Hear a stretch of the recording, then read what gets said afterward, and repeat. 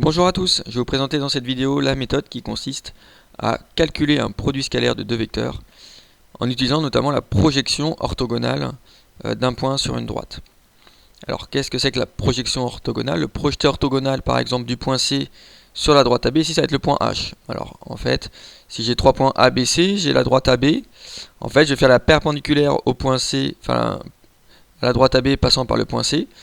Et en fait, le point d'intersection entre cette perpendiculaire et ma droite AB, en fait, ça va être le point H. On projette perpendiculairement le point C sur la droite AB. Voilà ce que c'est que le projeté orthogonal d'un point sur une droite. Donc H, c'est le projeté orthogonal de C sur la droite AB. Donc on va utiliser ce principe-là pour simplifier notre produit scalaire et calculer le produit scalaire plus simplement. Donc quand on a utilisé ce projeté orthogonal, donc en fonction de la configuration, on va utiliser plutôt le projeté orthogonal de tel ou tel point sur telle ou telle droite. En fait ici si je regarde mes deux schémas, j'ai deux configurations. Alors au départ c'est la même chose, c'est-à-dire qu'ici j'ai projeté le point C sur ma droite AB, c'est qui me donne le point H. Et donc en fait le produit scalaire de AB scalaire AC, ça va être égal au produit scalaire de AB scalaire AH, qui est quand même beaucoup plus pratique puisque je vais avoir mes deux vecteurs qui auront même direction. Et donc voilà, j'ai deux égalités de produits scalaires, donc en fait AB scalaire AC c'est égal à AB scalaire AH, c'est-à-dire qu'en fait mon point C je le transforme en H en quelque sorte. Et donc après j'ai deux cas de figure, c'est-à-dire si AB et H ont le même sens, et ben, ça va me donner la longueur AB fois la longueur AH. D'accord, c'est assez évident dans le sens où si j'utilise la méthode 1, la vidéo précédente, l'angle qui est formé par mes deux vecteurs en fait c'est 0. Et donc le cosinus de 0 ça fait 1. Donc en fait ici ça me donne tout simplement AB fois H. Quand j'ai deux vecteurs collinéaires, en fait ça me donne la longueur de chacun des deux vecteurs qui est multipliée avec parfois un moins qui apparaît dans le cas où justement mes deux vecteurs eux ont une direction, enfin un sens opposé. Même direction mais avec un sens opposé. Donc voilà, le scalaire, ce qu'il faut retenir, c'est que le produit scalaire de AB scalaire AC, c'est toujours AB scalaire AH quand H est le projeté orthogonal de C.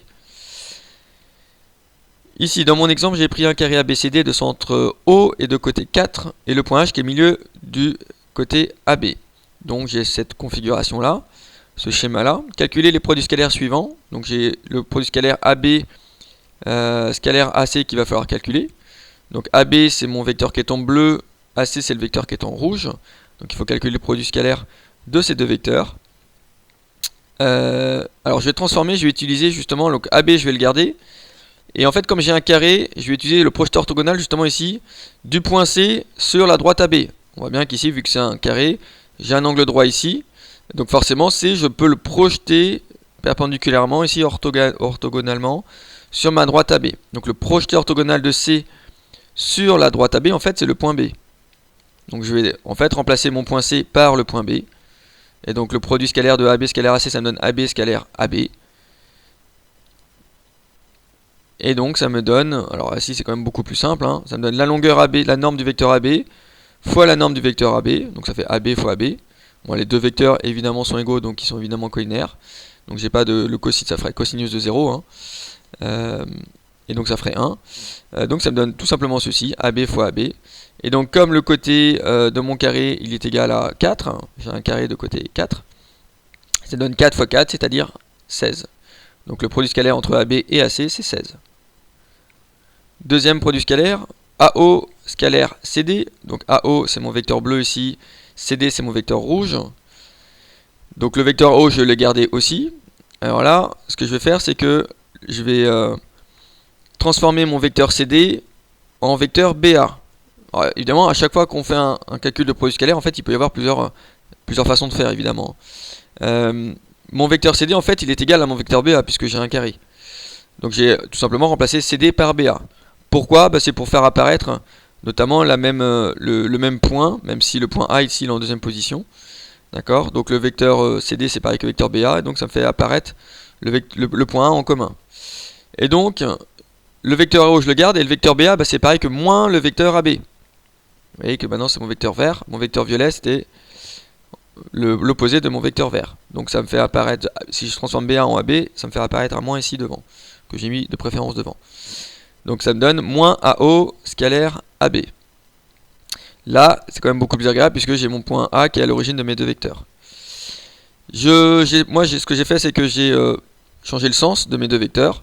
J'ai mis AB scalaire AO, pourquoi? Parce que ça va me permettre, pour vous expliquer, ça va être plus facile de vous expliquer en utilisant le projecteur orthogonal, notamment du point O, je vais faire le projecteur orthogonal du point O sur la droite AB. D'accord? Donc si je projette orthogonalement, sur la perpendiculaire à ma droite AB passant par le point O, ça me donne le point H ici. Donc le scalaire le vecteur AO, je vais le transformer en vecteur AH. D'accord? Puisque le projecteur orthogonal de O sur la droite AB, c'est H. D'accord? Il faut toujours faire le projecteur orthogonal d'un point sur une droite. Cette droite, c'est la droite qui est dirigée par le deuxième vecteur. Donc ici, vu que c'était mon vecteur AB, évidemment, il faut que je fasse le projecteur orthogonal de O par rapport à la droite AB. Donc je transforme le point O en H, c'est-à-dire le vecteur AO en vecteur AH.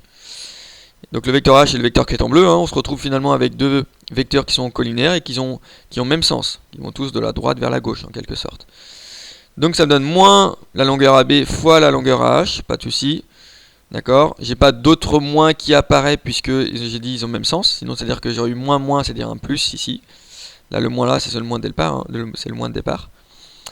Et donc ça me donne moins la longueur AB, c'est-à-dire moins 4, fois la longueur H, comme H est le milieu, ça va être une longueur de 2. Donc ça me donne moins 8. Donc le produit scalaire entre AO, entre mon vecteur bleu et mon vecteur rouge ici, c'est moins 8. Je vais faire une deuxième façon, qui va être un petit peu plus rapide. C'est pour vous montrer qu'il y a plusieurs façons de faire. Donc au départ, j'ai pris la même chose, j'ai pris le vecteur AO fois le vecteur BA, j'ai pris le vecteur BA qui est en fait égal au vecteur CD. Pour l'instant, j'ai fait la même chose, la même première étape. Et là, je vais faire après un peu différemment. Je vais en fait projeter le point O sur mon segment, enfin sur ma droite AB. D'accord? Donc en fait, le point O, je le transforme en H, c'est-à-dire que le vecteur AO, je vais le transformer en vecteur AH. D'accord? Donc mon vecteur qui était en bleu ici va se transformer en vecteur bleu ciel ici. Le vecteur BA, je le garde. Donc voilà, j'ai fait en fait l'étape que j'ai fait ici, c'est la même que celle que j'ai fait ici. Et ici, j'ai deux vecteurs en fait qui n'ont pas le même sens, qui ont la même direction, même pas le même sens. Ils n'ont pas forcément la même origine non plus, mais en tout cas ils ont même direction. Donc la longueur BA, je la garde. Le vecteur, j'ai la norme de AH, du vecteur H fois la norme du vecteur BA, donc c'est-à-dire la longueur H fois la longueur BA. Vu que les deux vecteurs ont même direction, ils n'ont pas le même sens, donc finalement il y a un moins qui apparaît. Et donc ça me donne moins la longueur H, c'est 2, fois la longueur BA qui est 4, et ça donne moins 8. Donc dans tous les cas, j'ai trouvé le produit scalaire de mes deux vecteurs qui est égal à moins 8. Vous voyez que la deuxième étape est un peu plus rapide. Voilà, les deux fonctionnent assez facilement avec le projecteur orthogonal. Il peut évidemment y avoir d'autres façons de faire. On aurait pu par exemple au départ, à chaque fois on a modifié le vecteur CD en vecteur BA, on aurait pu peut-être, je sais pas, transformer le vecteur AO en vecteur OC par exemple. Et on aura trouvé, voilà, sur le même principe, on aura trouvé moins 8 aussi à la fin. Troisième produit scalaire, on va faire le produit scalaire du vecteur AO qui est en rouge, qui est en bleu pardon, par le vecteur OH qui est en rouge. Donc ici j'ai changé l'ordre, voilà, pour que ce soit plus commode. Peu importe, vous n'êtes pas obligé. Donc j'ai fait OH scalaire AO.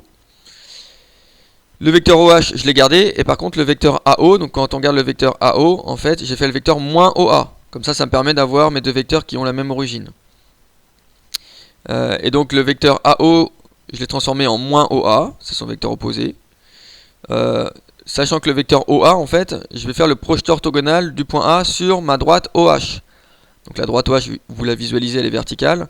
Si je fais le projecteur orthogonal du point A sur ma droite OH, donc en gros, la droite qui est dirigée par mon vecteur rouge, par mon deuxième vecteur, le projecteur orthogonal c'est le point H. Donc le vecteur OA va se transformer en vecteur OH. D'accord? Et donc ça me donne finalement le produit scalaire de OH scalaire OH avec un moins devant.